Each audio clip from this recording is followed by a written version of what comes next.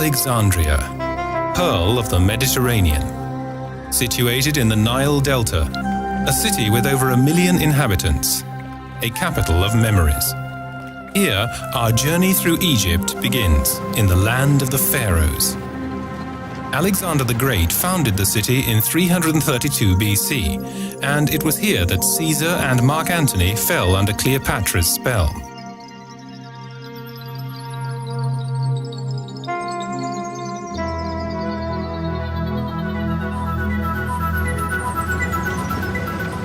At the beginning of the 19th century, the city flourished again under Muhammad Ali. But only memories remain of this ancient wonder of the world, the Pharos Lighthouse, and the colossal library with 1 million books.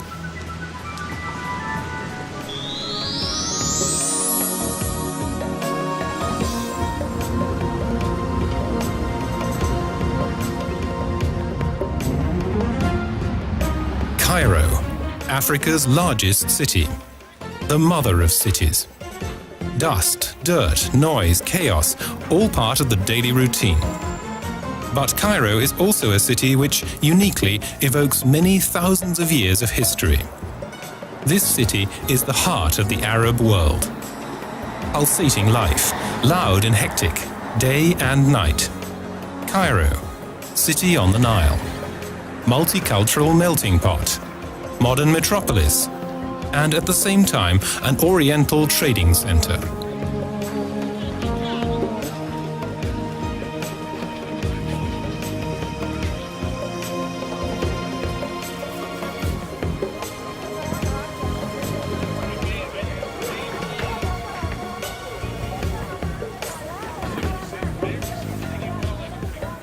Constant traffic chaos leaves the visitor bemused.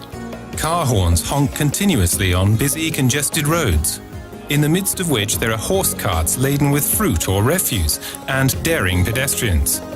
And also herds of goats led through traffic-laden streets. Luxurious hotels next to slum areas. Expensive Western boutiques next to souks, hundreds of years old.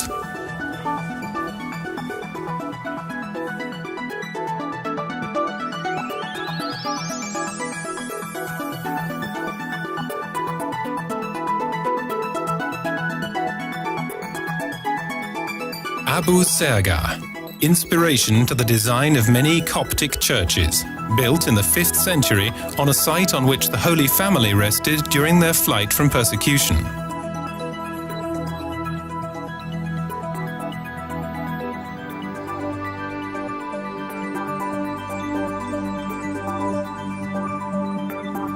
At the heart of the modern city centre, the world-famous museum is home to the most extensive collection of Egyptian antiquities.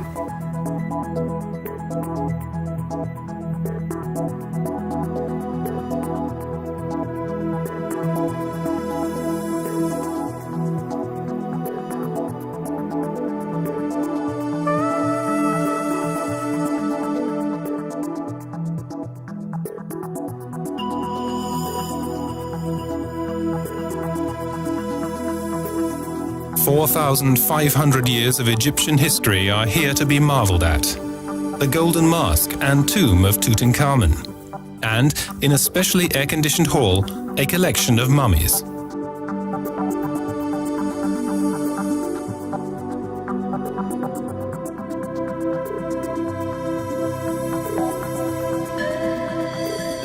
Since 1858, Auguste Mariette endeavored to accommodate Egyptian antiquities.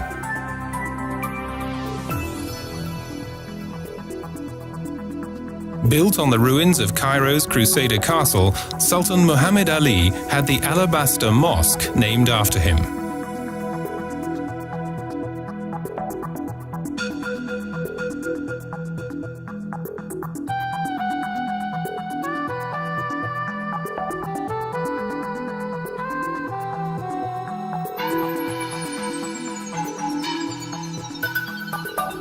The mosque's courtyard is surrounded by arcades, in the middle of which, mounted on 8 pillars, is a fountain decorated with ornaments and flower motifs.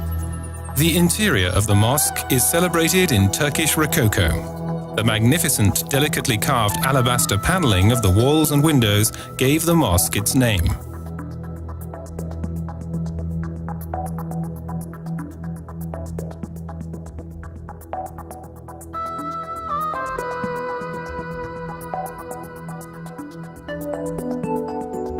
The city of 1,000 minarets, with more than 500 mosques, has hardly changed in its Islamic beauty.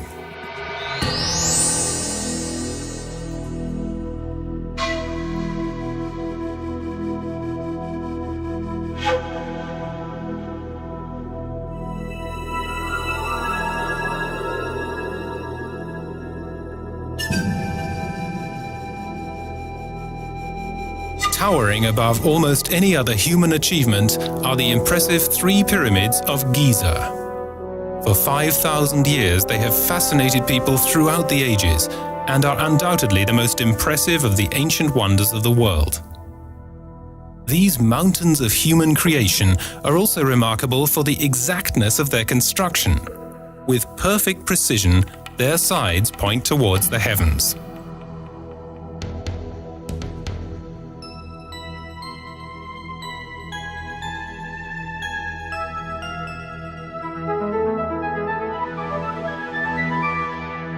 The Cheops pyramid stands on the west of the Nile and was built by Pharaoh Khufu, in Greek Cheops.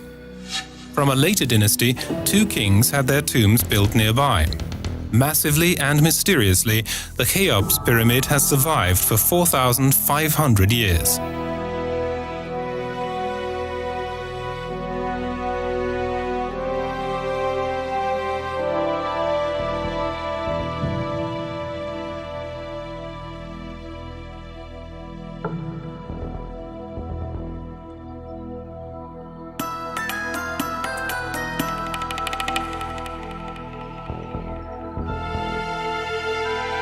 Respect for this, the world's largest individual construction, is well justified.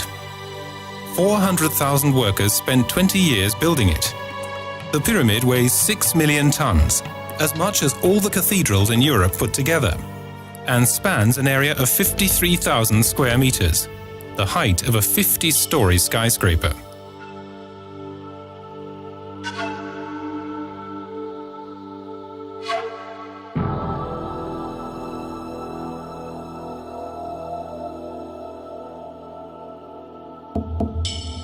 The Sphinx has always been a symbol of mystery and puzzlement.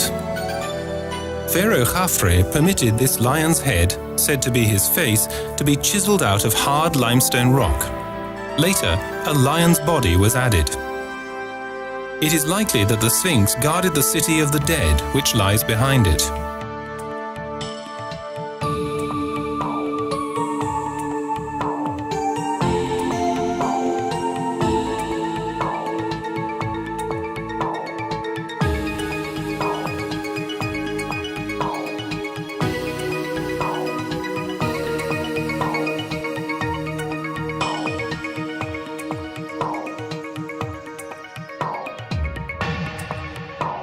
Up a narrow staircase, we reach the large hall of columns in the interior of the Cheops pyramid, with its polished limestone walls.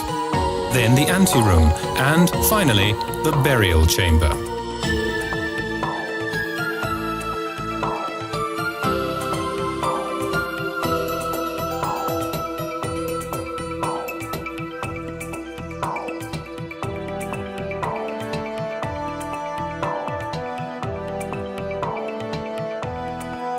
The three pyramids of Giza rise above the high plateau of the Western Desert.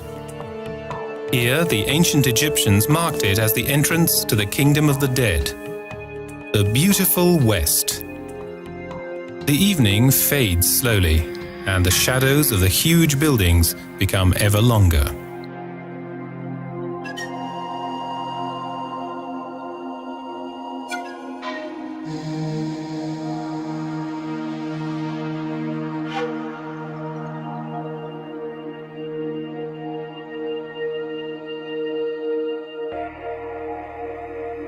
It remains a mystery that the sarcophagi in the burial chambers of all three pyramids were found to be empty.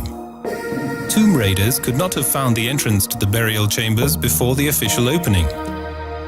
The pyramids of the City of the Dead are inseparably connected to the life after death belief of the Egyptian pharaohs and signify the death cult of this era.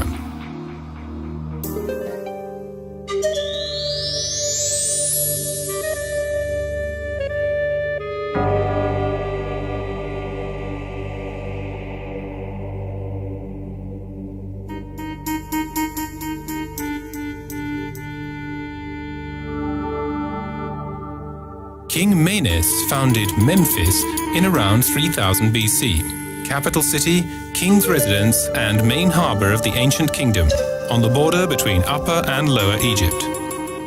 The city had its heyday during the building of the pyramids.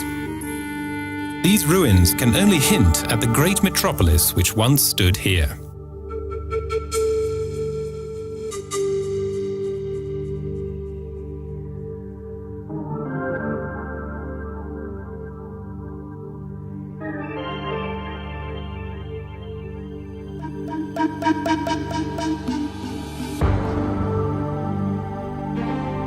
The large alabaster sphinx can still be admired. However, there is nothing left of the magnificent palaces, temples, parks, and fountains. Tons of stone were brought to Cairo and used for today's buildings.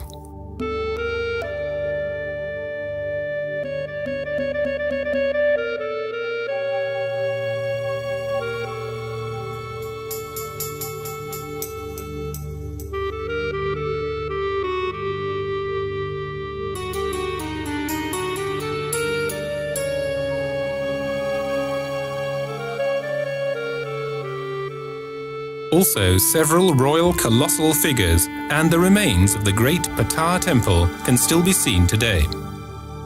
Memphis was the center of the country. The scales of both countries.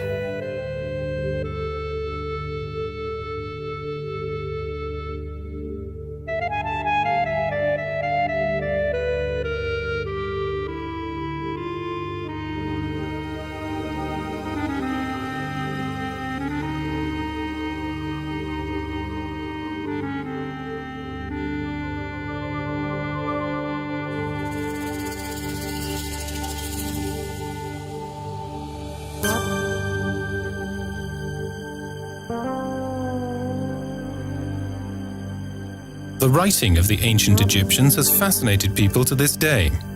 Knowledge of the meaning of the symbols was lost, and for a time, many false interpretations were made. Only in 1799, when a stone inscription in both ancient Egyptian and Greek was discovered in Rosetta, east of Alexandria, could the serious interpretation of the hieroglyphics begin.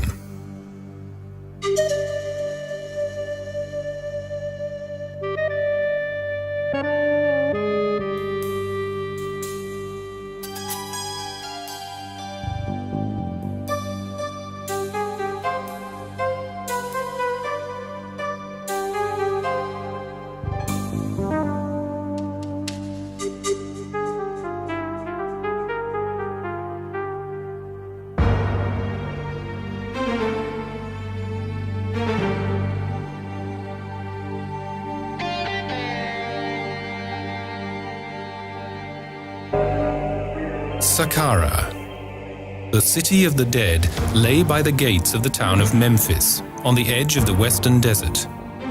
During the heyday of the Old Kingdom, the stepped pyramids of King Djoser were built, the first stone-built monuments in the history of mankind.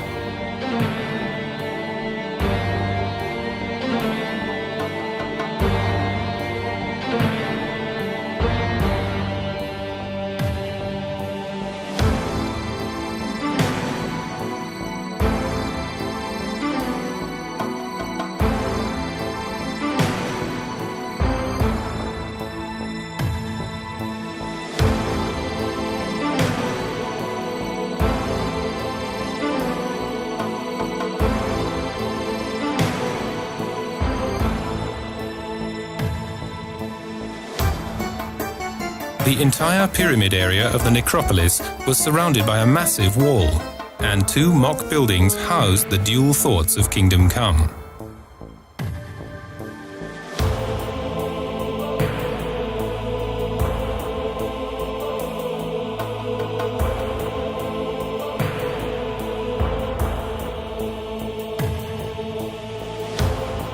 Around the royal grave areas, there are further small pyramids and buildings for civil servants and courtiers.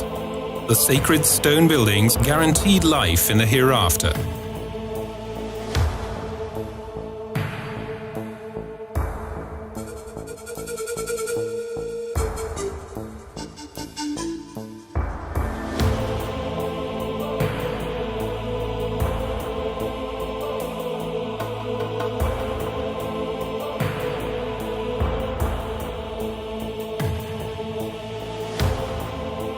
Courtyards of columns with numerous reliefs adorn the Temple of the Dead, but little is left of the gigantic City of the Dead.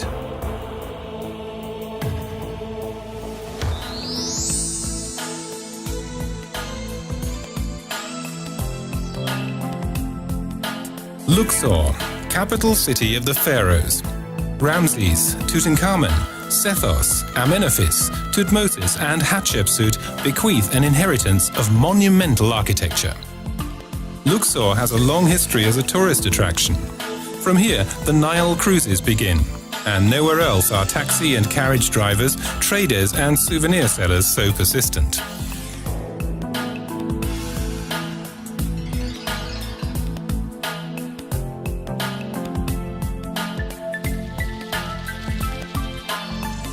In the middle of today's modern town of Luxor, the Luxor Temple stretches along the east side of the banks of the Nile. Pharaoh Ramses II had further courtyards built, such as at the main entrance, where two colossal granite statues which represent the great pharaoh stand at the gateways to the yards.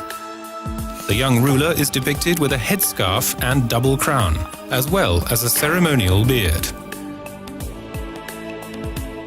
The burial chambers were designed to protect the dead pharaohs until their resurrection in the afterlife.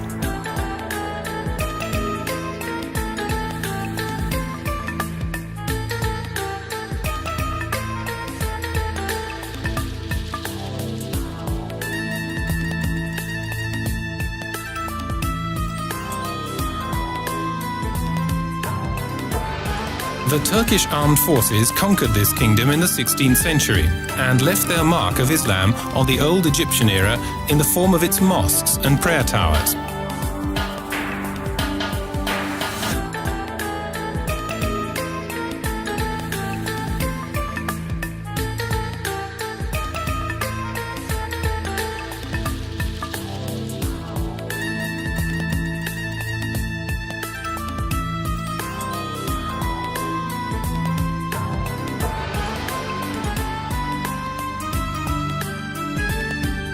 The famous avenue of the Ram Sphinxes leads the visitor to the forecourt of the Amun Temple.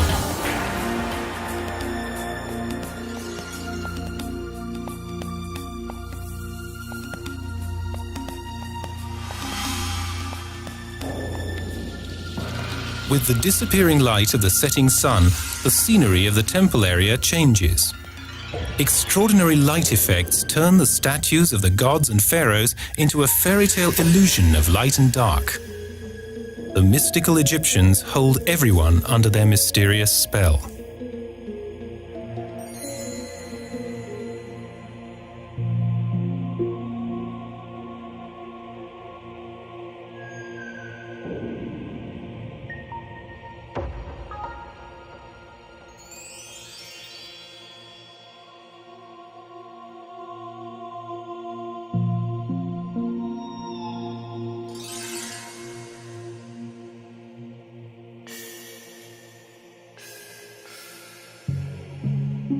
For the ancient Egyptians, life did not end with death. Although the body died, the soul lived on in the afterlife, where Ka, the strength of life, returned.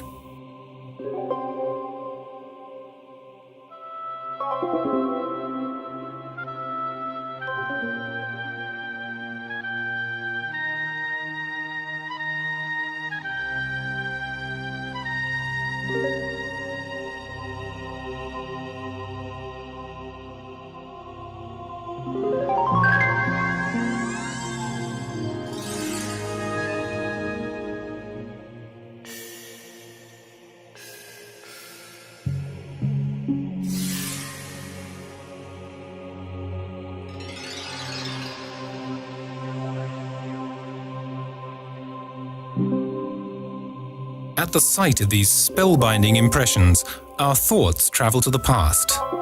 Any reference to the present vanishes. Worries and responsibilities are as nothing. Modern life and the cares of the world disappear.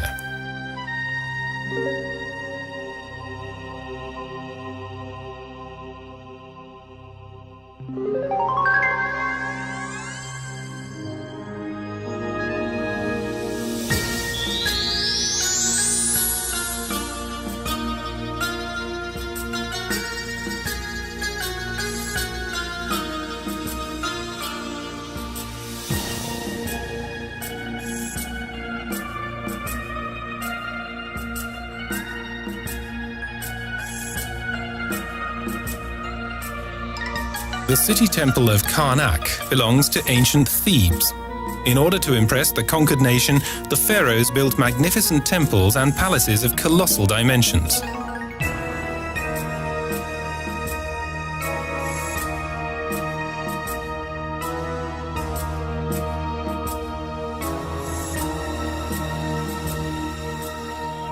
Not far from the Nile, a good 3,000 meters from Luxor Temple, stretches the extensive area where many of the pharaohs built their monuments. At least 2,000 years of building history can be traced here. The heart of the complex is the Amun Temple. But Karnak appears as slightly confused due to its size and many shrines.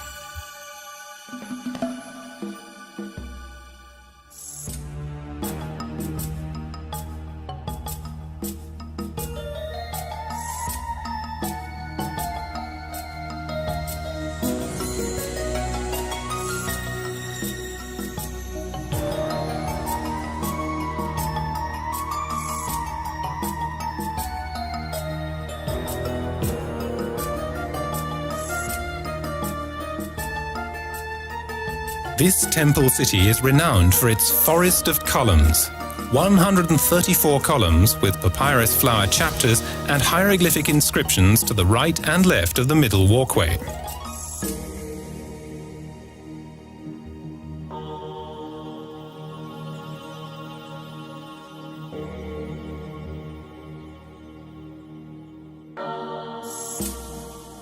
For the god Amun, the lord of wind and air, 3 boats were kept in the inner sanctum, which were dedicated to him, his wife, and his son Chon.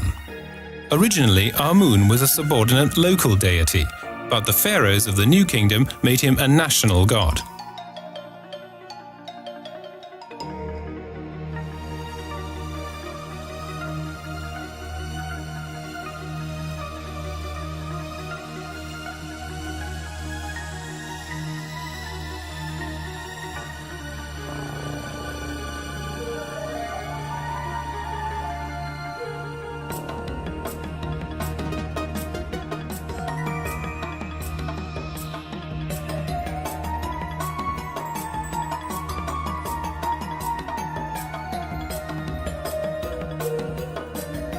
At the beginning of the new rule, Amun's small temple was made larger by Thutmose I, and his successors extended it.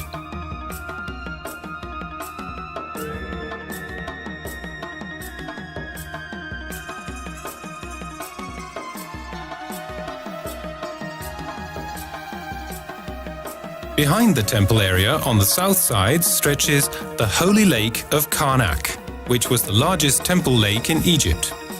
In ancient times, an inlet from the Nile supplied the giant pool with water, and numerous steps led down to the lake.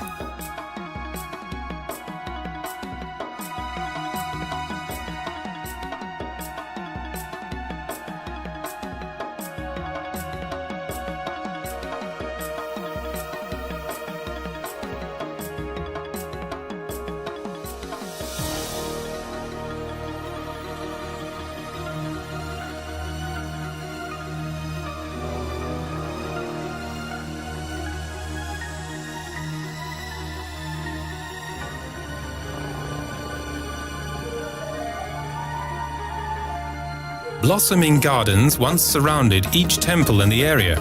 However, they have long since disappeared. Here remain the huge avenues of sphinx roads, halls of columns, obelisks, colossal statues, and individual temples.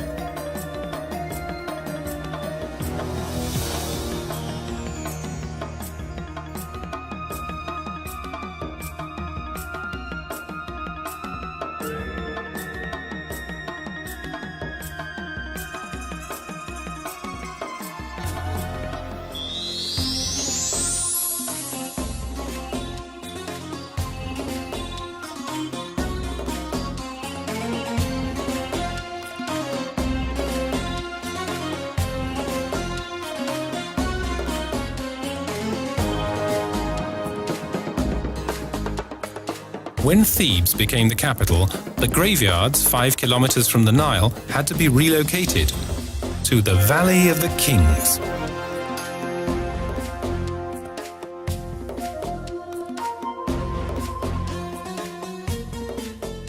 To the south of Thebes is the Valley of the Queens. A separate burial place was built for the rulers, princes, and princesses of the new kingdom.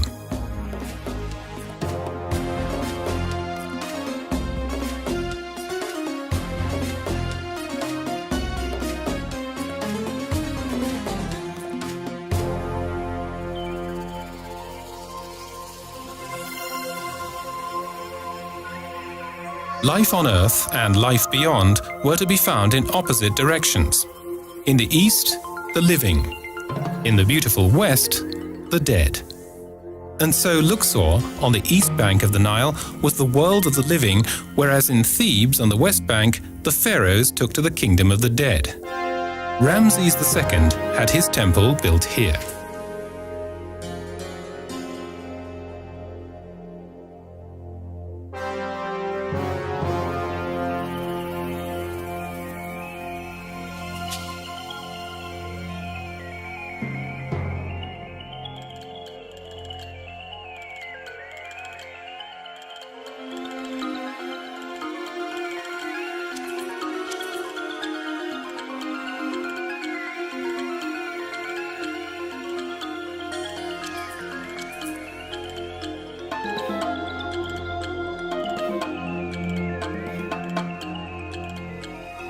Because of the unique architecture, the artistic reliefs, and the 2 column halls, Abydos was important among the sacred buildings of the new kingdom. Pharaoh Sethos I, father of Ramses II, left this temple of the dead to Osiris, consecrated as King of the Dead.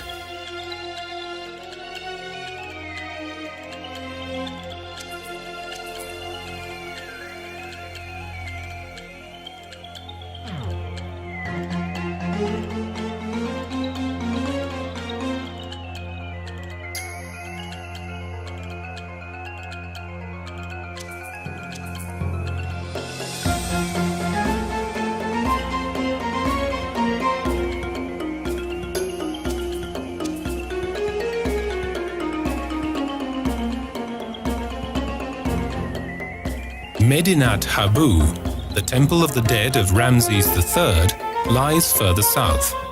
The entrance with its Syrian gate is reminiscent of a fortress. Courtyards, colonnades, and sacrificial rooms lead to the inner sanctum.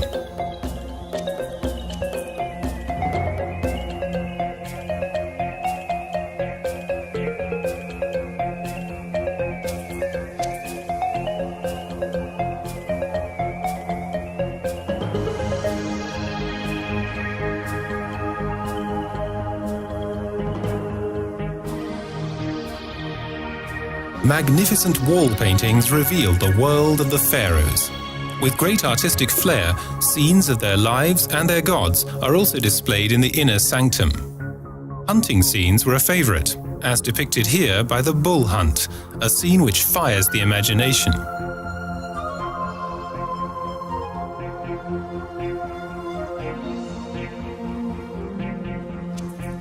With the restoration of the mural paintings of the Nesfertari tomb, a gem of ancient Egyptian art was saved from oblivion. Sad to say, this tomb was also robbed, thus only the enclosure remains.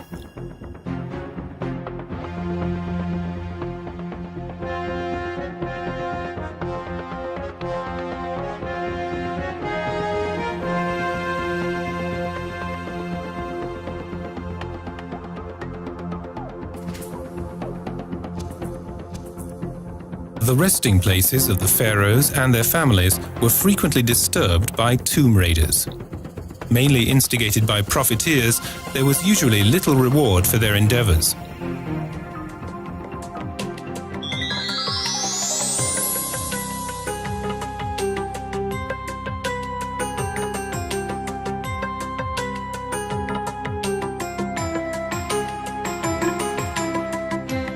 "67 kilometers from Luxor, on the western bank of the Nile, lies the Temple of Dendera, the most important place of worship for the love goddess Hathor, whose heavenly appearance was portrayed with the body of a cow. Her husband, Horus, and son, Ihi, the music god, are also paid homage here. Due to its construction in the Greek-Roman era, this monumental building remains to this day.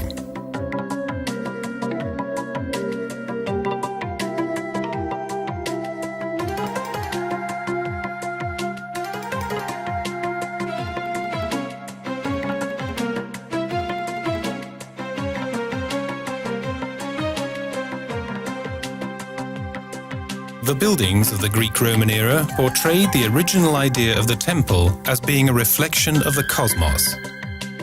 The heavenly landscapes of the gods sprung to life. To the present day, only a few traces of the once magnificent 162 cult pictures remain.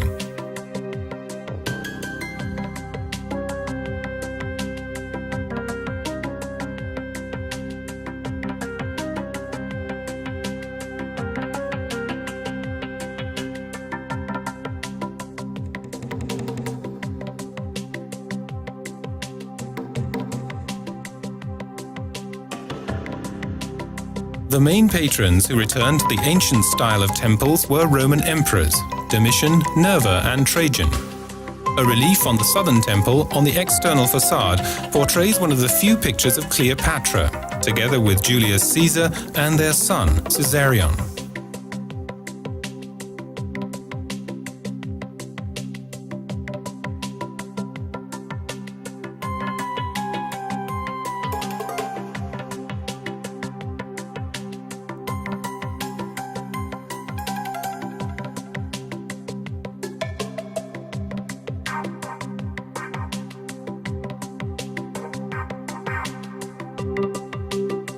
Worship of the gods, the king, and the dead was undoubtedly part of daily life in ancient Egypt.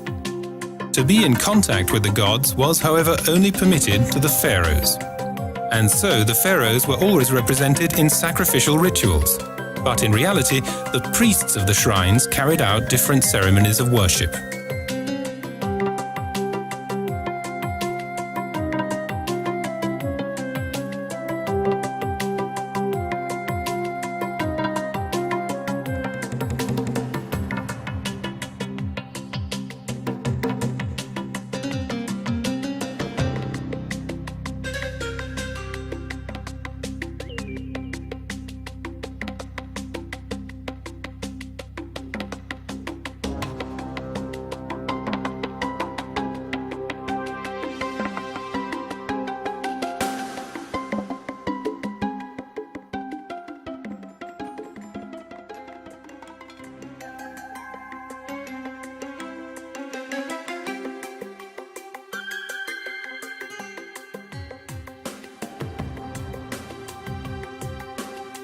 Daily rituals had a pre-planned program.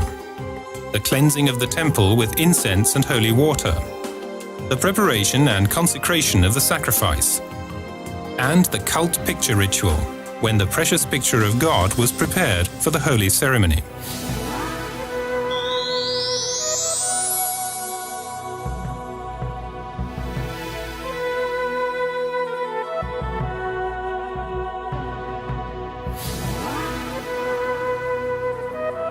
Halfway between Luxor and Aswan, on the west bank of the Nile, lies the Temple of Horus in Edfu.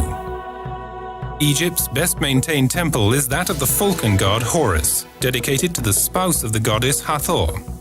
Emblem of the shrine is a granite falcon, which guards its own temple.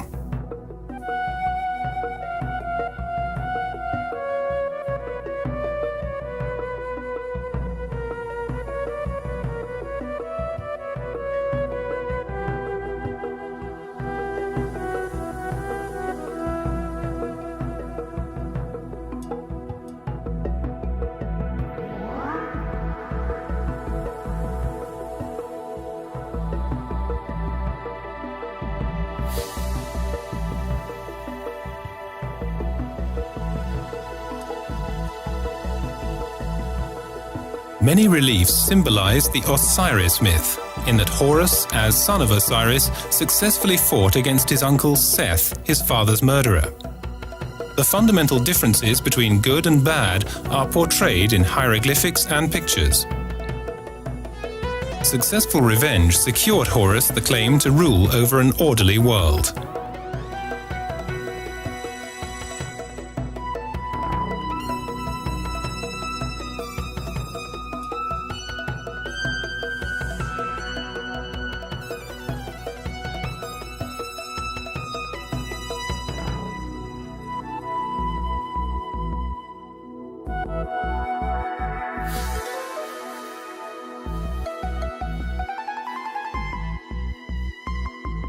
However, the god Seth and his fighters returned in the form of crocodiles and hippopotami. Nobody knows whether the legend depicts a slaughter in the pre-dynasty era or simply portrays the fear of the Edfu population, a fear of life-threatening crocodiles and hippos.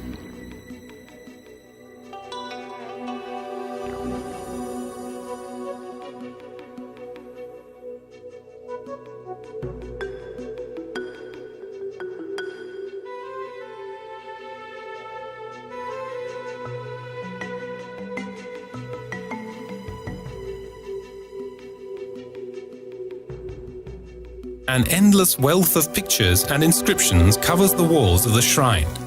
They provide information on the culture of Edfu and the knowledge of the priests.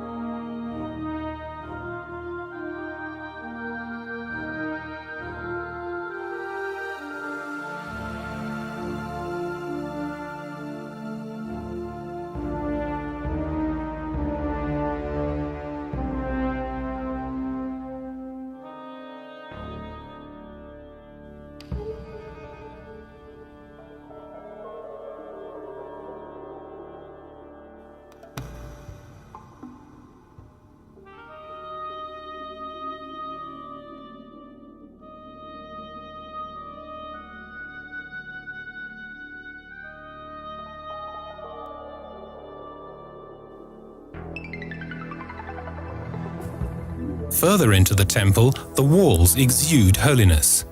In a half-light, the floor slopes slightly upwards, whereas the ceilings become increasingly lower. In the mysterious darkness of the inner sanctum, the residence of the god Horus remains a pedestal for the holy bark.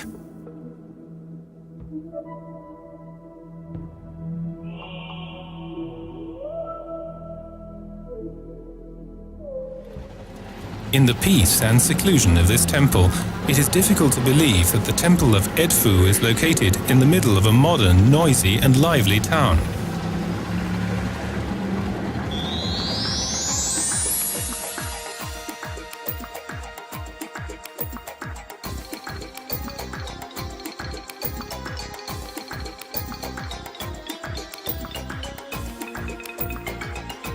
From a stone plateau, the temple of Kom Ombo looms over the Nile. Most of the temple was obscured until 1893, when the sand was cleared.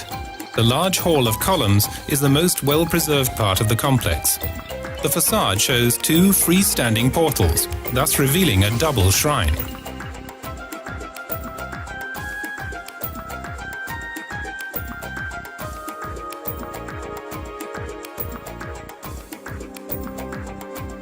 Kom Ombo owed its economic success to the trade which took place between the Red Sea and the Nile Delta. Among the most important trading commodities were African elephants, which were used as working animals in the army of Ptolemy. The picturesque temple situated on the hill was dedicated to the gods Sobek and Haroeris.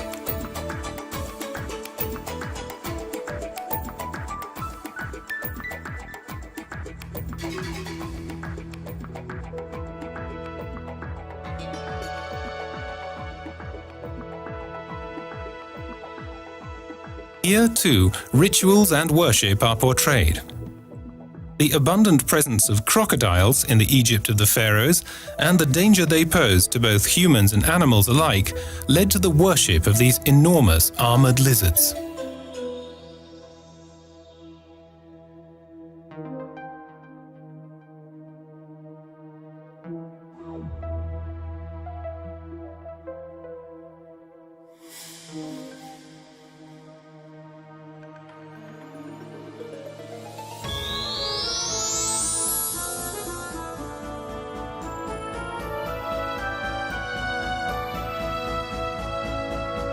Aswan has retained the atmosphere of its past.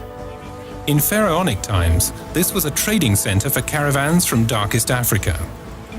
The goods on offer in the bazaar-filled streets still denote this today. Now the name is undoubtedly linked to the new dam, which has increased the agricultural area by 16%.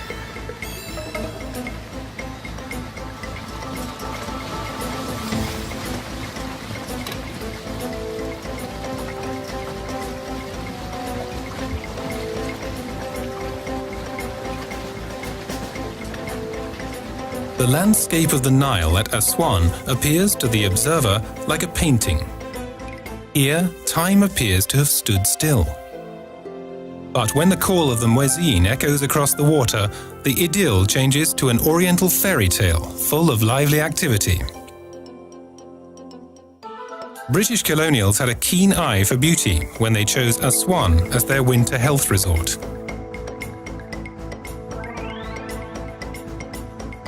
High up on the desert plateau above the Nile is located the mausoleum of the Aga Khan, leader of the Ismailis, who died in 1957. A plain building crowned with a dome which houses a white sarcophagus decorated with verses from the Quran.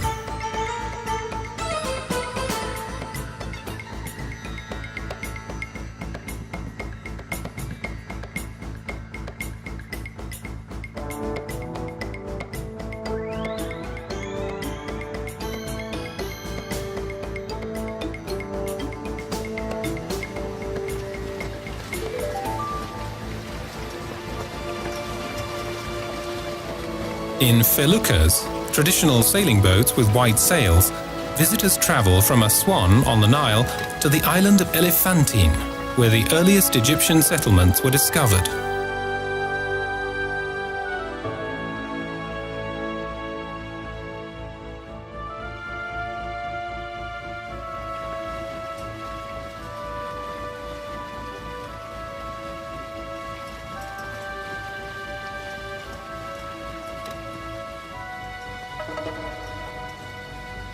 The stylishly built Old Cataract Hotel allows the visitor to indulge in an ambience of British colonial times, its veranda offering a superb view down the Nile, the longest river in the world.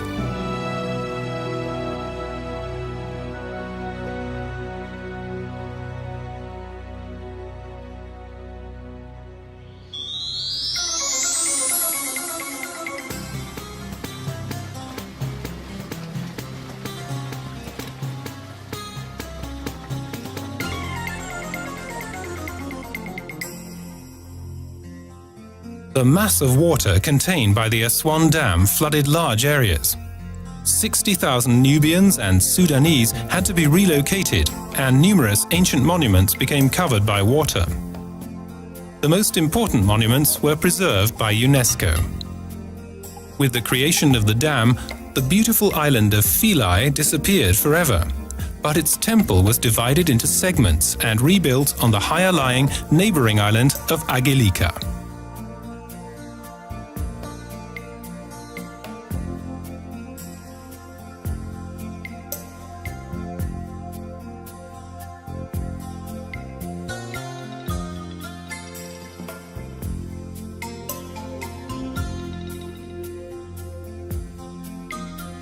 The temple city was built in honor of the goddess Isis. As the grand matriarchal goddess, Isis was so popular that her cult on Philae survived longer than any other Egyptian deity. Thus, the relief decor goes back to the times of the Roman emperors, Marcus Aurelius and Commodus. The central picture in the inner sanctum portrays the youthful god Horus as a falcon in the swamps of the Nile Delta, where, according to myth, he was raised and protected by his mother Isis. In the past, floods damaged the wall paintings and reliefs. The small shrine for the goddess Hathor captivates with its column formation, which is called the Bed of the Pharaoh.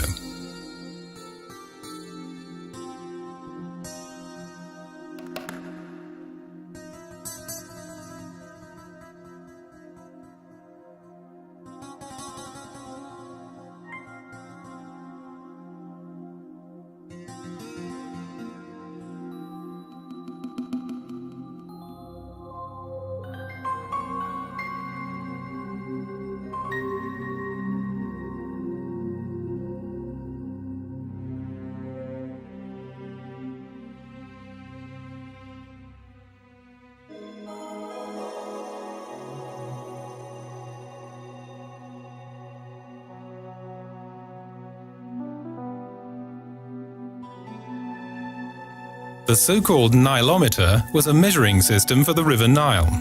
When the annual floodwaters came, the water measures produced reliable data.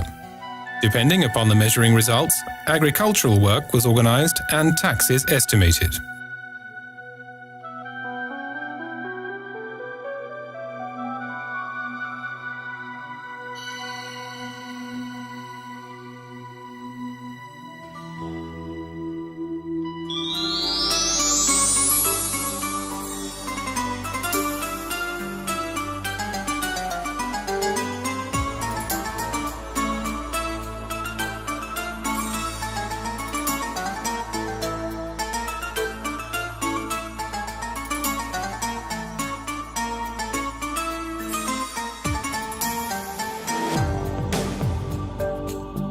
Had UNESCO not prevented it, the stone temples of Abu Simbel would have been lost to the waters of the Nile.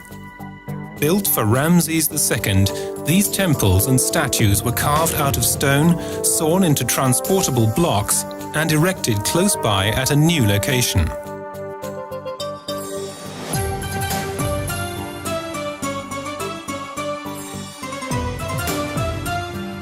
The building was aligned in order that the rays of the rising sun shone deep into the temple on 2 days of the year and illuminated the statues of the gods inside.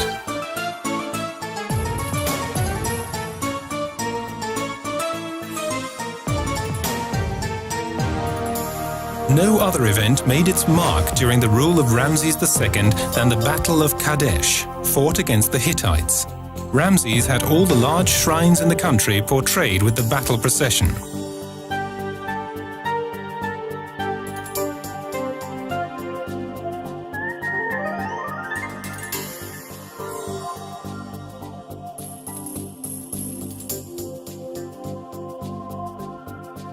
"63 meters deep inside the mountain lies the inner sanctum, the sanctuary.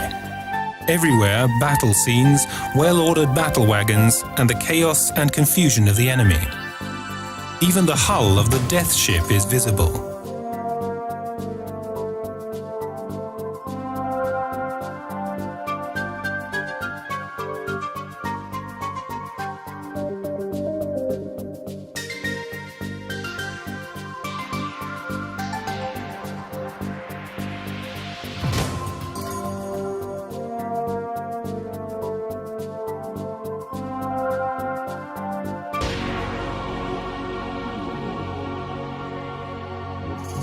Six 10-meter-high colossal statues of the ruler and his wife guard the entrance to the nearby temple, which was dedicated to the goddess Hathor.